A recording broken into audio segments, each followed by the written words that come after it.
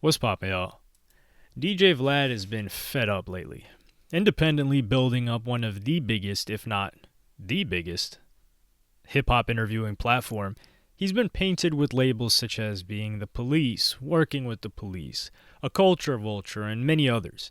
Vlad would largely ignore people who called him this and operate business as usual for years on end while this narrative built up and built up more and more. But it wasn't until the past year that he started addressing these claims head on, especially when it was popular artists or figures in the media, whether it be individuals or outlets. The most recent to receive some of Vlad's ruthlessness would be an employee or contractor of his after a social media back and forth. This was unlike Vlad because he would usually just respond to others. For instance, his last back and forth was with rapper NLE Choppa. This started with Vlad tweeting, "A snake oil salesman who claimed he reversed cancer using his $125 bottle of Miracle Cure just tried to buy a Vlad TV interview. This is how these guys operate." To which NLE Choppa felt like this was targeting him as he made similar claims. His response was, "On my mama you lying, Vladimir Putin looking ass." And Vlad would fire back, "How am I lying when I never said I was talking about you? Read my tweet. You're not the only snake oil salesman out there lying about curing cancer with fake overpriced herbs. Wannabe NBA young boy looking." NLE Choppa would respond saying he can't wait to see him, and Vlad would tell him that he doesn't have to wait and can show up whenever he wants. This ended well. Both of them met up, shook hands, and conducted an interview together, burying the hatchet. Although the case we're talking about today went a bit differently. Saweetie's album sales were being reported for selling around 2,000 copies, and Vlad joined the discussion with everyone else, saying, if Saweetie did a Vlad TV interview, she would have easily done 10x her first week sales, which was 2,000 copies. We actually reached out to one of our people and were told, she won't do Vlad. Her loss. Saweetie had never mentioned Vlad in any capacity, not to mention this statement was untrue as well. The thing that contributed the most to Saweetie's sales that week was the person who projected her selling 2K, because it was relevant to her album, went completely viral, and got many people to check out her EP to see what was up. Likely brought it from 2K to maybe 3K. An interview likely wouldn't do that. It's possible, but definitely not to the capacity it would 10x sales to 20K. Saweetie would respond, "Actually, I've been a big fan and have screen recorded my favorite episodes. Here's one of them. Dates on the top. So if anyone reached out, it wasn't to me or my team, DJ Vlad. Happy Thanksgiving." A classy response that caused some confusion to all parties involved and those watching. Thank you for the kind words, but actually, it is your team. Your publicist at Warner Bros. Is the one who blocked the interview. Same publicist who set up your interview with Shirley Jew.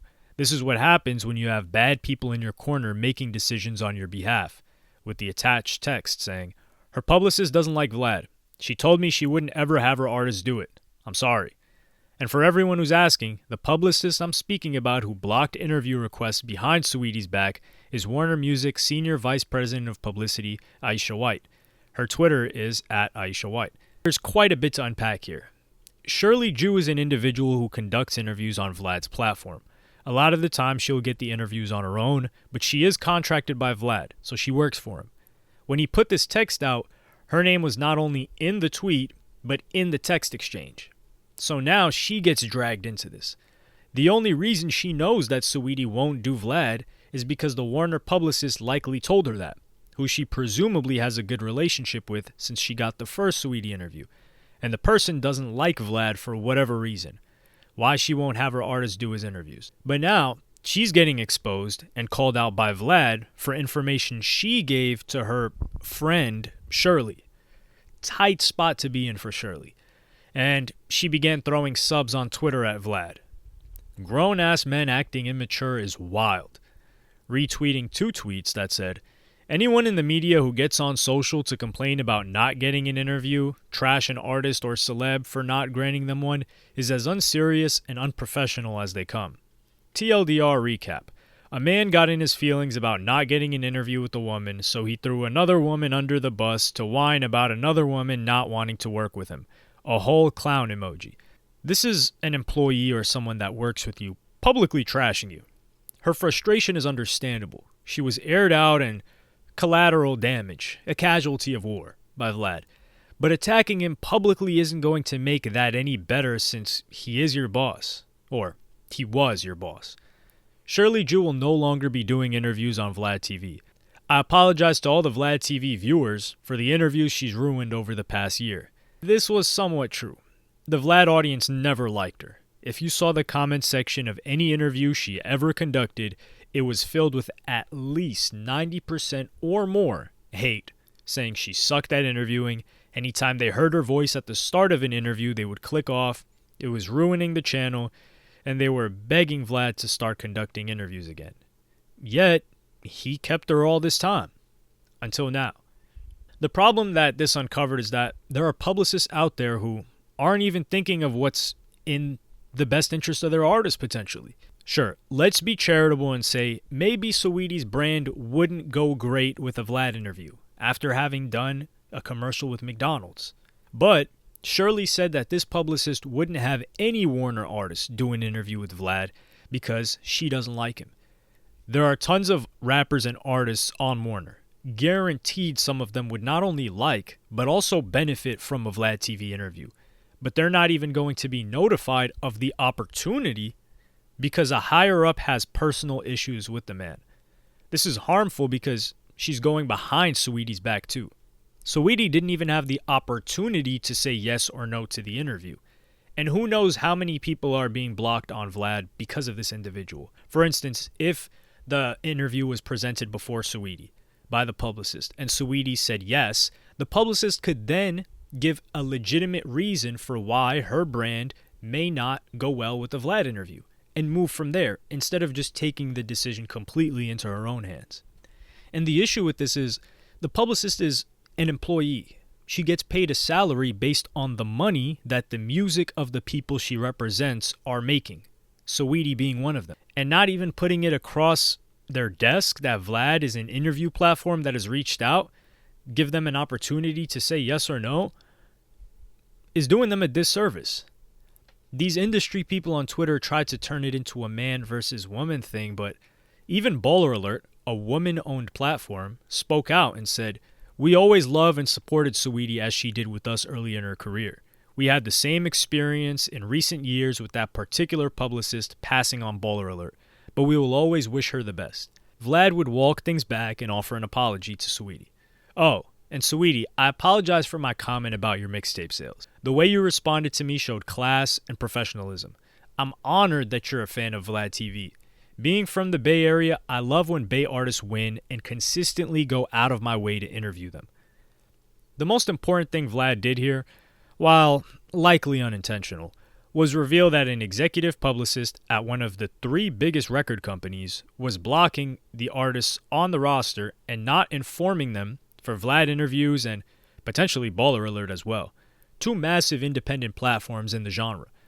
The people who work in the industry saying it was unprofessional for Vlad to do what he did, sure. But if he didn't do that, we wouldn't have this information now. On top of that, where has being professional gotten him? He was professional for years, hell, over a decade, and this woman still didn't want anyone doing interviews with him. The idea of professionalism in which a lot of these industry writers were referencing it is for people who need to play the game in order to keep their job, in order to get a new job if they leave their old one, or not get blackballed, because their job relies on working or representing a company. Nobody's going to stop watching DJ Vlad content because he was unprofessional and called someone out. Nobody's going to stop watching Academics content because he called out Chief Keef, Lil Durk, and others for not doing interviews with him. So on and so forth with other media platforms that have a huge audience.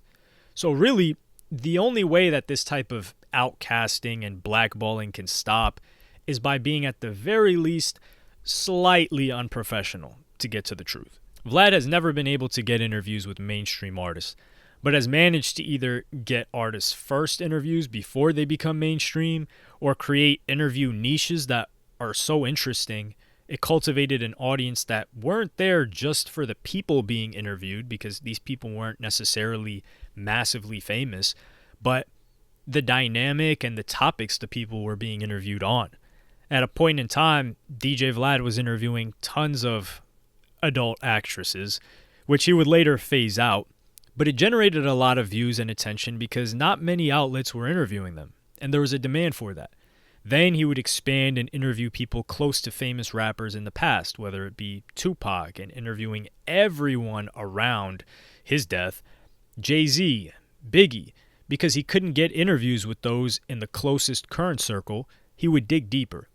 Vlad has consistently had to operate as an outsider to the music industry, and as he's built his platform to a mainstay, he might still be upset that he's getting disrespected in the way that he has, and realizes that he doesn't need to continue to be professional with these people because they've done nothing but potentially block business for him.